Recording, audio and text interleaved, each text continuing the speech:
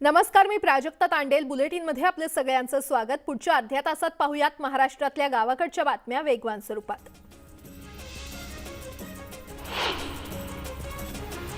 नांदेडच्या सिडको हडको भागात पावसासह गारपीट झाली. शिवाय वादळी वाऱ्यामुळे सिडकोमध्ये एका कारवर झाड पडलं. वादळी वारा आणि पाऊस तसंच गारपिटीमुळे सिडको हकडो भागात वीज पुरवठा खंडित झाला, तर मुख्य रस्त्यावर पाणी साचलं.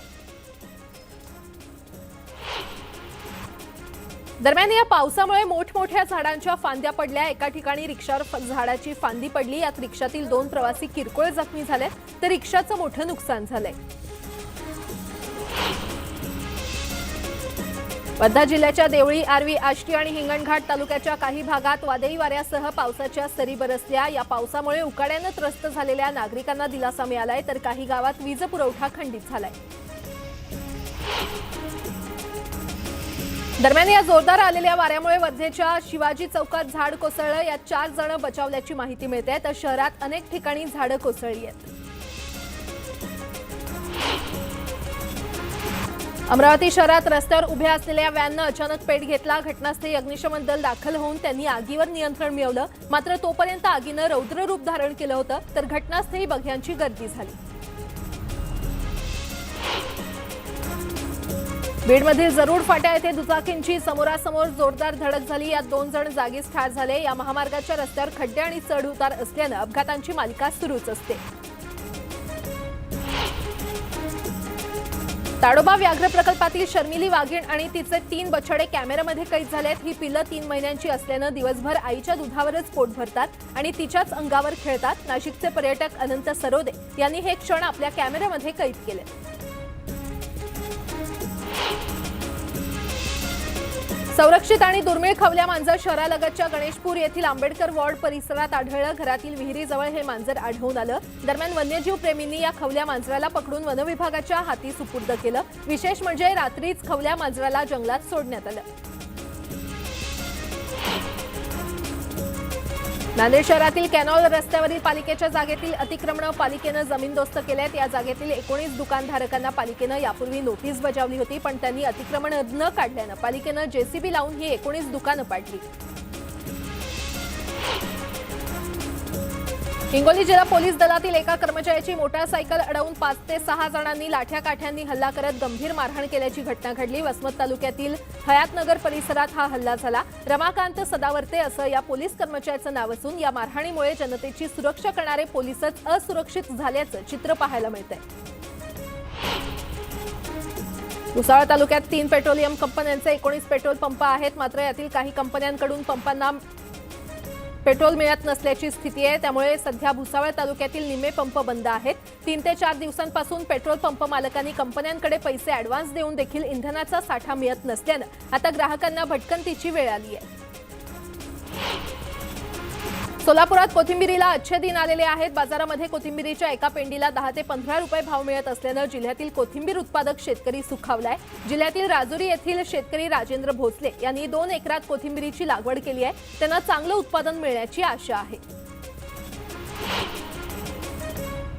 पिंपरी चिंचवडमध्ये आमदार महेश लांडगे यांनी आयोजित केलेल्या सर्वात मोठ्या बैलगाडा शर्यतीचा थरार पाहण्यासाठी राज्याचे विरोधी पक्षनेते देवेंद्र फडणवीस यांनी हजेरी लावली. या स्पर्धेमध्ये जिंकलेल्या गाडा मालकांना दुचाकी, 4 चाकी आणि जॅकअप सारखी लाखो रुपयांची पारितोषिकं दिली जाणार असल्यानं पंचकृषीतील हजारो गाडा मालक आणि शौकीन स्पर्धा बघण्यासाठी पिंपरीमध्ये दाखल झाले. दरम्यान यावेळी बैलगाडा शर्यत बंद होऊ देणार नाही असं आश्वासन विरोधी पक्षनेते देवेंद्र फडणवीस यांनी दिलंय. गेल्या अनेक दिवसांपासून नाशिकच्या अंजनेरी येथील हनुमान जन्मस्थळाबाबतचा वाद वाढत चाललाय. हा वाद मिटवण्यासाठी नाशिक आणि कर्नाटक येथे देखील किष्किंधा नगरीचे साधू आणि महंतांनी शास्त्रार्थ सभेचं आयोजन केलं होतं. मात्र सभा सुरू होण्यापूर्वीच बंद पडली. या ठिकाणी साधू महंतांकडून बसवण्यावरून चांगलाच वाद झाला. परिणामी सभा थांबवण्यात आली. दरम्यान यावेळी झालेल्या चर्चेमध्ये महंतांमध्ये वाद झाल्याचा एक व्हिडिओ देखील समोर आला. यात सुधीर महाराजांनी समोर बसलेल्या गोविंदानंद महाराजांवर माईक उगारला. यानंतर गोविंदानंद महाराज संतापले आणि उभे राहिले. त्यामुळे सभेचा मुद्दा बाजूलाच राहून बसवण्याच्या वादामुळे काही काळ गोंधळ झाला. या शास्त्रार्थ परिषदेमध्ये महंतांकडून दावे प्रतिदावे केले गेले. हनुमान जन्मस्थळ किष्किंधा कर्नाटक असण्यावर गोविंदानंद महाराज ठाम आहेत. वाल्मिकी रामायण हेच सर्वश्रेष्ठ असल्याचा दावा या महाराजांनी केलाय, तर इतरही धर्म ग्रंथाप्रमाणे मानावे असं महाराष्ट्रातील साधू महंतांचं म्हणणं आहे. पुढील वर्षापासून सीईटीचा निकाल 1 जुलैला लागेल आणि 1 सप्टेंबरपासून सत्र सुरू होईल अशा प्रकारचं नियोजन करण्यात येणार असल्याचं राज्याचे उच्च आणि तंत्र शिक्षण मंत्री उदय सामंत यांनी सांगितलं. पुढच्या वर्षीपासून प्रवेश प्रक्रिया राबवताना सीईटीचे 50% आणि 12वीचे 50% गुण गृहीत धरणार असल्याचं देखील त्यांनी सांगितलं. जनता अडचणीत आहे. विजेचा प्रश्न आजही कायम आहे. विद्यार्थ्यांचे प्रश्न असताना सकाळपासून संजय राऊतांचा भोंगा सुरू होता अशी टीका भाजपचे नेते गिरीश महाजन यांनी केली आहे. किरीट सोमय्या, नवनीत राणा आणि ईडी याच्या व्यतिरिक्त त्यांच्याकडे विषय नसतात अशी जोरदार टीका महाजन यांनी केली. अहमदनगरमधील चौंडीत अहिल्याबाईंच्या जयंतीवरून वाद पेटला. चौंडीमध्ये जवळपास 3 तास राडा पाहायला मिळाला. गोपीचंद पडळकर आणि सदाभाऊ खोतांचा ताफा पोलिसांनी अडवला होता. यावेळी संतप्त कार्यकर्त्यांनी जोरदार घोषणाबाजी केली. ताफा अडवल्यानंतर गोपीचंद पडळकरांनी शरद पवारांवर टीका केल्या. अहिल्याबाईंच्या भक्तांना अडवलं का असा सवाल पडळकर यांनी उपस्थित केला. 29 तारखेला पत्र दिलं आहे, ज्याचं पहिलं पत्र आहे त्याला परवानगी द्या असं कायदा सांगतो. रोहित पवारांनी किंवा त्यांच्या आजोबांनी काय कायदा लिहिलेला आहे का असा सवाल देखील गोपीचंद पडळकर यांनी यावेळी विचारला. काँग्रेस नेते आशिष देशमुखांनी काँग्रेसवर नाराजी व्यक्त केली आहे. इम्रान प्रतापगडी यांचं उत्तर प्रदेश निवडणुकीमध्ये डिपॉझिट जप्त झालं होतं. त्यांना काँग्रेसनं राज्यसभेची उमेदवारी दिल्यानं त्यावर आशिष देशमुख यांनी नाराजी व्यक्त केली आहे. दरम्यान आज आशिष देशमुख काँग्रेस महासचिव पदाचा राजीनामा देणार आहेत. मोदी सरकारच्या 8 वर्ष पूर्तीनिमित्त रामदास आठवलेंच्या कवितामय शुभेच्छा दिल्या. तर शेतकऱ्यांनी 2 वेळा आमच्या पाठीशी राहून आम्हाला निवडून दिलं. आम्ही त्यांच्या विरोधात असूच शकत नाही. शेतकरी कायदे आणले त्यामागे शेतकऱ्यांचं नुकसान व्हावं अशी आमची भावना अजिबात नव्हती असं स्पष्टीकरण आठवले यांनी केलं. सोलापुरातील कृषी विज्ञान केंद्रात गरीब कल्याण संमेलन भरवण्यात आलं होतं. या संमेलनाला पंतप्रधान नरेंद्र मोदी यांनी ऑनलाईन मार्गदर्शन केलं. यावेळी केंद्रीय सामाजिक न्याय मंत्री रामदास आठवले, खासदार जयसिद्धेश्वर यांची विशेष उपस्थिती पाहायला मिळाली. भारतीय स्वातंत्र्याला 75 वर्ष पूर्ण होत असल्यानं केंद्र शासनाच्या वतीनं देशभरात विविध उपक्रम राबवून स्वातंत्र्याचा अमृत महोत्सव साजरा करण्यात येतोय. त्याच पार्श्वभूमीवर देशाचे पंतप्रधान नरेंद्र मोदी यांनी हिमाचल प्रदेशातील शिमला येथून आयोजित राष्ट्रीय कार्यक्रमाद्वारे निवडक लाभार्थ्यांशी संवाद साधला. या चंद्रपूरच्या लाभार्थ्यांचा समावेश होता. चंद्रपूर जिल्हा प्रशासनाच्या वतीनं या कार्यक्रमाचं आयोजन शहरातील प्रियदर्शनी सभागृहात करण्यात आलं होतं. कोल्हापूर महानगरपालिकेच्या निवडणुकीची आरक्षण सोडत जाहीर करण्यात आली आहे. पहिल्यांदाच कोल्हापुरात त्रिसदस्यीय प्रभाग रचनेनुसार ही आरक्षण सोडत काढण्यात आली. मात्र यावेळी अ, ब आणि क पद्धतीनं आरक्षण सोडत काढल्यामुळे संभ्रम निर्माण झालाय.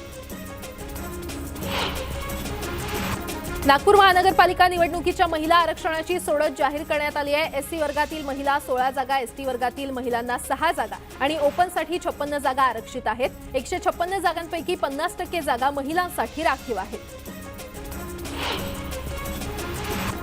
नाशिक महापालिकेसाठी आरक्षण सोडत जाहीर झाले आहे. इथे महत्त्वाच्या प्रभागांवर महिलांचं वर्चस्व असून या आरक्षणामुळे यंदाची निवडणूक चुरशीची होण्याची शक्यता निर्माण झाली आहे. नाशिक मनपाच्या 133 जागांपैकी 67 जागा या महिलांच्या ताब्यात जाणार आहेत.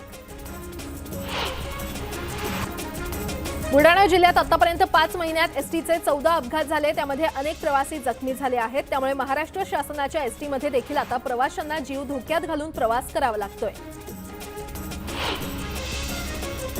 धुळे जिल्ह्यात गावठी कट्टा विक्रीला आलेल्या तरुणाच्या धुळे स्थानिक गुन्हे अन्वेषण विभागानं मुसके आवळलेले आहेत. जळगाव जिल्ह्यातील एरंडोल येथील एका तरुण गावठी कट्टा विक्रीसाठी धुळ्यात आला असतानाच गुन्हे अन्वेषण विभागानं ही कारवाई केली. पोलिसांनी एका गावठी कट्ट्यासह 2 जिवंत काडतुसं जप्त केली आहेत. भंडारा एसटी विभाग खासगी पेट्रोल पंप चालकाच्या दारी आला. कंपनीकडून बल्कमध्ये डिझेल महाग पडत असल्यानं नफा वाढवण्यासाठी भंडारा एसटी विभागाला खुल्या मार्केटमधून रिटेलरकडून स्वस्त डिझेल घेण्याची वेळ आली. त्यामुळे भंडारा शहराच्या खासगी डिझेल पेट्रोल पंपावर एसटी बसच्या लाईन लागल्याचं चित्र पाहायला मिळतंय. वाशिममधील पेट्रोल पंप चालकांनी देशव्यापी इंधन खरेदी बंद आंदोलन पुकारलंय। परिणामी पेट्रोल डिझेल तुटवड्याच्या भीतीनं वाशिम शहरासह जिल्ह्यातील अनेक पेट्रोल पंपांवर वाहनांच्या रांगा लागल्याचं पाहायला मिळालं। तर खरीप हंगामाची मशागत सुरू असल्यानं शेतकरी मोठ्या प्रमाणात डिझेल खरेदीसाठी पंपावर दिसतायत। मनमाडमध्ये पेट्रोल पंप चालकांच्या आंदोलनात फूट पडली आहे। अनेक पंप चालकांचे टँकर पेट्रोल डिझेल घेण्यासाठी पानेवाडी इंधन प्रकल्पात पोहोचलेत। चांदूर बाजार तालुका भाजप आणि शेतकऱ्यांच्या वतीनं बोगस पांदण रस्त्यावर अर्धदफन आंदोलन करण्यात आलं। रस्त्याच्या कामात मोठ्या प्रमाणात भ्रष्टाचार झालेला असून आतापर्यंत झालेल्या पांदण रस्त्यांच्या सर्व कामांची चौकशी करून कारवाई करण्यात यावी। तसंच शासनाच्या मंजूर आराखड्यानुसार सर्व पांदण रस्त्यांची कामं ही पावसाळ्यापूर्वी पूर्ण करण्यात यावी, अन्यथा तहसील कार्यालयावर हल्लाबोल आंदोलन करण्याचा इशारा यावेळी देण्यात आला। समान काम समान वेतन यासह इतर मागण्यांसाठी महाराष्ट्र राज्य परिचारिका संघटनेनं पुकारलेल्या बेमुदत संप पुकारलाय। त्यामुळे जिल्हा सामान्य रुग्णालयातील भरती रुग्णांना वेळेवर औषधांसह इतर आरोग्य सुविधा मिळत नसल्यानं शेकडो रुग्णांचे मोठ्या प्रमाणात हाल होत आहेत। यातील अनेक रुग्ण रुग्णालयातून निघून जाण्याच्या मानसिकतेत दिसत असून शासनानं परिचारिकांचा संप मिटवून आरोग्य सुविधा देण्याची मागणी केली आहे। यवतमाळच्या वसंतराव नाईक वैद्यकीय महाविद्यालयात परिचारिकांचं विविध मागण्यांसाठी 26 मे पासून काम बंद आंदोलन सुरू आहे। राज्य सरकारनं त्यांच्या आंदोलनाकडे दुर्लक्ष केल्यानं त्यांनी 28 मे पासून पूर्णवेळ काम बंद आंदोलन पुकारलंय। त्यामुळे रुग्णांचे मोठे हाल होत आहेत। अहमदनगर जिल्ह्यातील पुणतांबा गावातून पुन्हा एकदा शेतकरीनं आंदोलन उभं राहत आहे। शेतकरी बुधवारी ठिय्या आंदोलन करणार आहे। शेतात उभा असलेला ऊस, कांद्याचा घसरता भाव, द्राक्ष, टरबुजांना फेकून देण्याची वेळ आणि विजेचं संकट या सर्व कारणांमुळे शेतकरी आंदोलन करणार आहे। धुळ्यातील पांझरा नदी पात्रात पोलिसांना एक अर्भक सापडलं। हे अर्भक पुरुष जातीचं असून त्याचा मृत्यू झालाय। याबाबतचा अधिक तपास धुळे पोलीस करतायत। यवतमाळ जिल्ह्याच्या पुसद येथे एका तरुणानं विहिरीत उडी घेऊन आत्महत्या केली आहे। या घटनेनं द्वारकानगर परिसरात खळबळ उडालेली आहे। प्रवीण कष्टे असं मृत तरुणाचं नाव असून दत्तक घेतलेल्या महिलेकडून मानसिक त्रास होत असल्यानं त्यानं हे टोकाचं पाऊल उचललं। याबाबत पोलिसांनी गुन्हा दाखल केलाय। पैशासाठी आईला शिवीगाळ का केली या छोट्याशा क्षुल्लक कारणावरून अंगणात झोपलेल्या लहान भावाची कुऱ्हाडीच्या सहाय्यानं वार करत मोठ्या भावानं हत्या केल्याची धक्कादायक घटना भंडाऱ्यामध्ये घडलेली आहे। पवनी तालुक्यातील बेटाळा येथे ही घटना घडली असून शिशुपाल देशमुख असं मृताचं नाव आहे। अकोल्यात मोठ्या प्रमाणावर अवैध दारू विक्री होते। यावर आळा घालण्यासाठी पोलिसांनी पातूरमधील आलेगाव नदीकाठी असलेल्या दारू हातभट्टीवर छापा टाकला। यात 1 लाख किमतीचे दारूचे 50 डब्बे जप्त केलेत। यात 2 आरोपींना पोलिसांनी रंगेहात पकडले। रेल्वे प्रवासादरम्यान प्रवाशांच्या बॅग लिफ्टिंग करणाऱ्या 6 जणांच्या आंतरराज्य टोळीला दौंड शहरातून अटक करण्यात आली आहे। त्यांच्याकडून 7 मोबाईल, 48 नवीन सिम कार्ड, बॅग लिफ्टिंगसाठी कटर, ब्लेड, पक्कड, बनावट चाव्या आणि रोख रक्कम जप्त करण्यात आली आहे। यामध्ये 5 आरोपी हे हरियाणाचे असून 1 आरोपी दिल्लीचा आहे। मुक्ताईनगर येथील संत मुक्ताई विद्यालयातील ग्रामीण भागातील 3 विद्यार्थ्यांनी देशातील मुख्य स्पर्धेत पारितोषिक पटकावलंय। या 3 मुलांचा स्थानिक प्रशासन आणि विद्यालयानं सत्कार केला। यात प्रफुल्ल मेंढे या विद्यार्थ्यानं देशातील वेट लिफ्टिंगमध्ये सुवर्ण पदक पटकावलं। करण संचितेनं एमसेट परीक्षेत टॉप केलं तर स्नेहल पाटील हिने बॅडमिंटनमध्ये पदक पटकावलं। हिंगोली जिल्ह्यातील सेनगाव तालुक्याच्या अखेरच्या टोकावरील रेपा, लिंगा आणि पिंपरी या 3 गावांना जायला धड रस्ताच नाहीये। गावात केवळ मुख्यमंत्री ग्राम सडक योजनेचा बोर्ड आणि गिट्टीचे ढीग पडलेले आहेत, तर प्रशासनाचं या गावांकडे पूर्णतः दुर्लक्ष होतंय। सध्या गडचिरोली जिल्ह्यात विड्यासाठी लागणारा तेंदूपत्ता हंगाम सुरू आहे। दक्षिण भारतातील विडी उद्योग याच तेंदूपानावर आधारित असून हजारो आदिवासींना वर्षभराची कमाई या तेंदू हंगामात होते। त्यामुळे लहान मुलांपासून वयोवृद्धांपर्यंत सकाळपासून जंगलात तेंदूपत्ते तोडायला जातानाचं चित्र पाहायला मिळतंय। शिर्डी साईबाबांच्या नगरीत सर्वसामान्यांना आपल्या मुलामुलींचं लग्न करता येणं आता सहज शक्य होणार आहे। साईबाबा विवाह सेवा संस्थान शिर्डीविवाह.com ही वेबसाईट सुरू केली असून या वेबसाईटचं उद्घाटन करण्यात येणार आहे। आपल्या मुलामुलींसाठी उत्तम जोडीदार शोधण्याबरोबरच शिर्डीमध्ये सामुदायिक विवाह सोहळ्यात मोफत लग्न लावता येणार आहे। बैलगाडा शर्यतींचा घाटातला एक व्हिडिओ मोठ्या प्रमाणात व्हायरल होतोय। घाटात घोडीवरून पडलेल्या आपल्या मालकाला बैलांनी समय सूचकता दाखवत आकाशात उंच झेप घेऊन वाचवलेला आहे। धुरेकरी बैलांनी थेट हवेमध्ये सूर मारला, यामुळे मालकाला इजा झाली नाही। नेपाळ येथे झालेल्या योग स्पर्धेत पंढरपुरातील गोल्ड मेडल विजेती गार्गी खिस्ते, आर्या ताठे यांची मिरवणूक काढून जाहीर सत्कार करण्यात आला। तसंच पंढरपूरमधील सर्व पुरस्कार प्राप्त खेळाडूंची छत्रपती शिवाजी महाराज चौक ते नामदेव पायरी अशी भव्य मिरवणूक काढण्यात आली। जागतिक तंबाखू दिनानिमित्त रत्नागिरीतील जिल्हा शासकीय रुग्णालयातील राष्ट्रीय तंबाखू नियंत्रण कार्यक्रमाअंतर्गत जागतिक तंबाखू विरोधी कार्यक्रम साजरा करण्यात आला। यावेळी जनजागृतीपर प्रभात फेरीचं आयोजन करण्यात आलं होतं। येलदरी धरणातून परभणी शहराला पाणीपुरवठा करण्यात येणाऱ्या पाईपलाईनचं स्थलांतरणाचं काम सुरू आहे। महामार्गाच्या कामामध्ये अडचण होत असल्यानं हे काम सुरू करण्यात आलंय। दरम्यान दुरुस्ती काम होईपर्यंत शहराला होणारा पाणीपुरवठा बंद राहणार आहे। भर उन्हाळ्यामध्ये जिंतूर नगरपालिकेच्या दुर्लक्षामुळे लाखो लिटर पाण्याची नासाडी झाल्याचा प्रकार पुढे आलाय। कर्मचाऱ्यांच्या दुर्लक्षामुळे पाण्याच्या टाकीमधून 2 ते 3 तास पाणी वाहून जात असल्याचा व्हिडिओ समोर आलाय। शहराला 5 ते 7 दिवसाला पाणी पुरवठा केला जातो, पण अशा प्रकारे पाणी वाया गेल्यानं नागरिकांमधून तीव्र संताप व्यक्त केला जातोय। पंतप्रधान नरेंद्र मोदी जगभर फिरतायत, तुम्ही मात्र माझं कुटुंब माझी जबाबदारी यातच गुरफटून पडलेत, अशा शब्दात गिरीश महाजन यांनी मुख्यमंत्री उद्धव ठाकरेंना लक्ष्य केलंय। पंतप्रधान नरेंद्र मोदी यांनी दूरदर्शन प्रणालीच्या माध्यमातून लाभार्थी संवाद कार्यक्रमात जनतेशी संवाद साधला। या कार्यक्रमासाठी गिरीश महाजन जिल्हाधिकारी कार्यालयातील नियोजन भवनात उपस्थित होते। यावेळी त्यांनी मविया सरकारवर निशाणा साधला। केंद्रातील मोदी सरकारच्या 8 वर्ष पूर्ती आणि स्वातंत्र्याचा अमृत महोत्सव अंतर्गत 31 मे रोजी केंद्र सरकारच्या योजनांच्या लाभार्थ्यांशी पंतप्रधान नरेंद्र मोदी यांनी दूरदृश्य प्रणालीद्वारे संवाद साधलेला आहे। भंडारा जिल्ह्याच्या जिल्हा परिषद सभागृहांमध्ये या कार्यक्रमाचं आयोजन करण्यात आलं होतं। या कार्यक्रमामध्ये जिल्हाधिकारी संदीप कदम आणि मोठ्या प्रमाणात लाभार्थी उपस्थित होते। सोलापूर महानगरपालिकेच्या निवडणुकीसाठी 3 सदस्यीय 38 प्रभागातील 113 जागांसाठी आरक्षणाची सोडत मंगळवारी शिवछत्रपती रंगभवन सभागृहात काढण्यात आली। 113 जागांपैकी 57 जागा महिला प्रवर्गासाठी आरक्षित करण्यात आल्या आहेत। त्यात सर्वसाधारण महिलांसाठी 48 जागा राखीव ठेवण्यात आलेल्या आहेत, तर अनुसूचित जाती महिला प्रवर्गातील 8 आणि अनुसूचित जमाती महिलांसाठी 1 जागा राखीव करण्यात आलेली आहे। भाजप प्रवक्त्या नुपूर शर्मांविरोधात बुलडाण्यामध्ये एमआयएम रस्त्यावर उतरली। एका वृत्तवाहिनीवरील चर्चेत प्रेषित मोहम्मद पैगंबर यांच्या विरोधात आक्षेपार्ह वक्तव्य करणं भाजप प्रवक्त्या नुपूर शर्मा यांना चांगलेच महागात पडलंय। नुपूर शर्मा यांच्यावर कारवाईसाठी बुलडाणा जिल्ह्यातील तहसील कार्यालयावर निवेदन देण्यात आलं।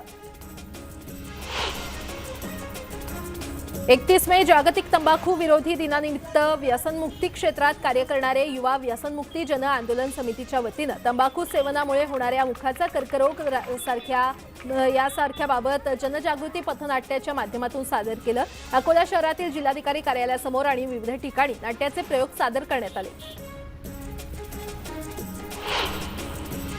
रत्नागिरी जिल्ह्यातील दापोली शहरात अनधिकृत खोके धारकांवर नगरपंचायतीनं धडक कारवाई केली आहे। पोलीस बंदोबस्तात अनधिकृत खोके हटवण्यात आले। दापोली नगरपंचायतीनं पोलीस प्रशासन बंदोबस्तात खोके धारकांवर कारवाई केली। कोकणातील कोट्यवधी रुपयांचे परकीय चलन मिळवून देणारा मासेमारी हंगाम आजपासून संपला। पुढील 2 महिने मासेमारी बंदीचा कालावधी असल्यानं मच्छीमार बांधवांनी आपल्या बोटी किनाऱ्यावर घेतलेल्या आहेत, तर शेवटच्या दिवशी हर्णे बंदरातील मच्छी खरेदी करण्यासाठी पर्यटक आणि स्थानिक मच्छी विक्रेते बंदरात पाहायला मिळत आहेत।